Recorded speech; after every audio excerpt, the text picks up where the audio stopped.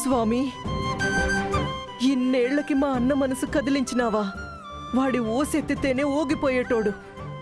ఈ పొద్దు వాడు చేసిన బిర్యానీ ఇష్టంగా తిన్నాడు.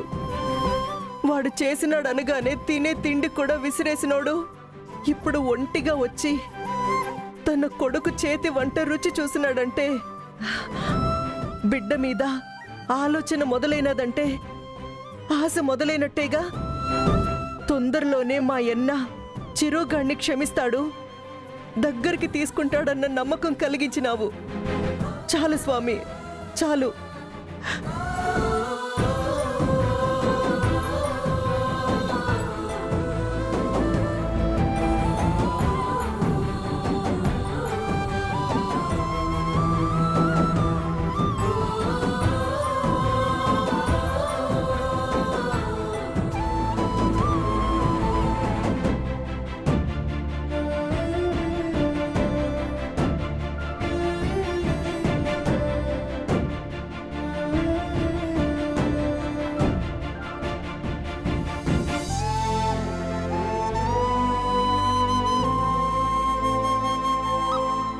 సీత,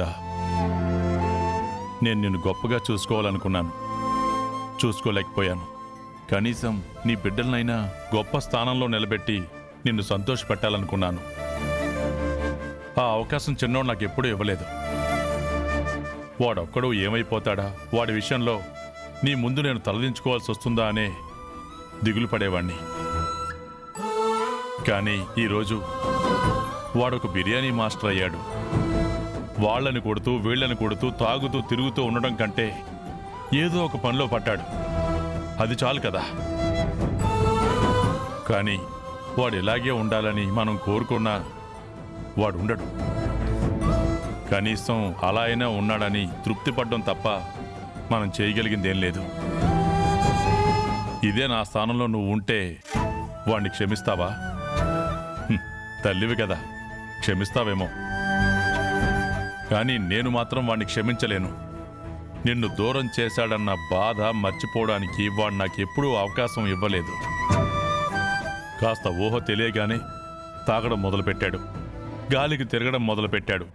ఇంట్లో ఉండడం కంటే వీధిలో ఎక్కువ ఉండడం వాడికి అలవాటైపోయింది. తాగి యాక్సిడెంట్ చేసి ఆ కుటుంబాన్ని అనాథల్ని చేశాడు. బలవంతంగా ఒక ఆడపిల్ల మెళ్ళో తాళి కట్టి ఆ అమ్మాయి జీవితాన్ని నాశనం చేశాడు.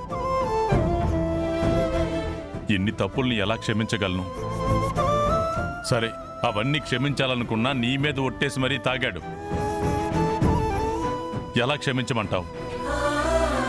నా వల్ల కాదు. ఈ జన్మకు నేను వాణ్ణి క్షమించలేను.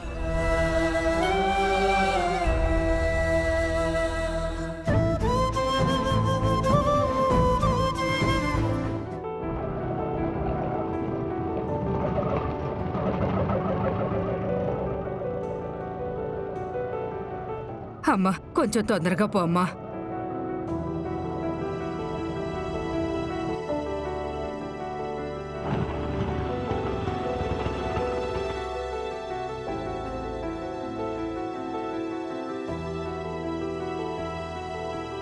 చాలా థ్యాంక్స్ అమ్మా. ఇదేంటమ్మా 200 అయితే 500 ఇచ్చారు? నా దగ్గర చిల్లర లేదమ్మా.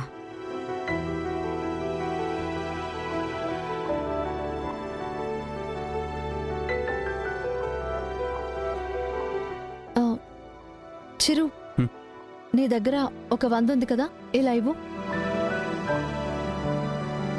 ఇవ్వు.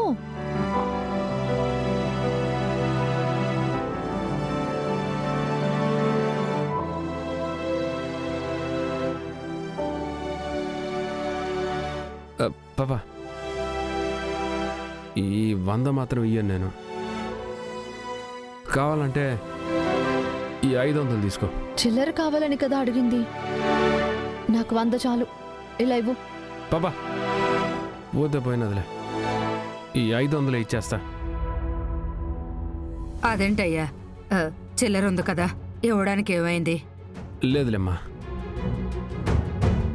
నాకు ఈ నోటు మీద చిన్న సెంటిమెంట్ ఉన్నది.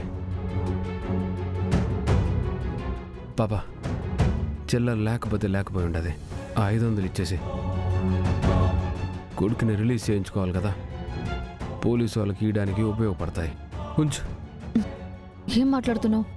సవారీలు చేసేది సంపాదించుకోవడానికి, వచ్చే డబ్బులు కూడా ఇవ్వడానికి కాదు. ఆ 100 రూపాయలు ఇవ్వడానికి నీకేంటి ప్రాబ్లం ఇప్పుడు? ఇది 100 కాదు పాపా, ఇన్నేళ్లలో నాకు దక్కిన జ్ఞాపకం. ఏంటి జ్ఞాపకమా? ఏం జ్ఞాపకం అది?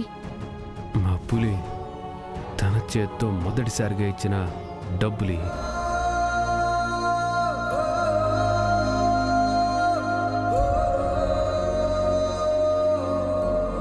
తీసుకో.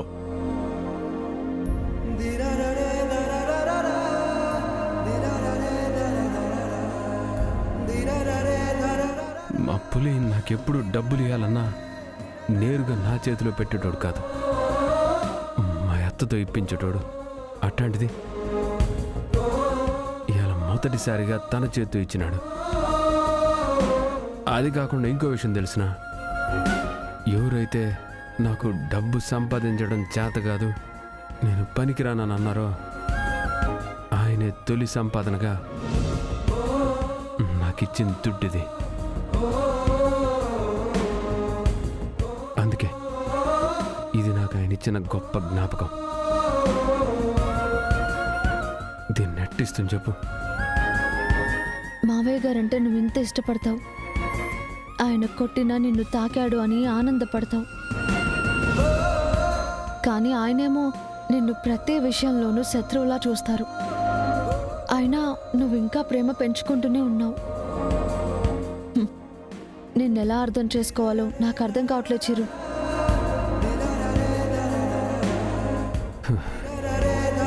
కొట్టినాడనో తిట్టినాడనో వద్దనుకోవడానికి ఆయన పక్కింటోడో పరాయోడో కాదు, ప్రాణం ఇచ్చినోడు.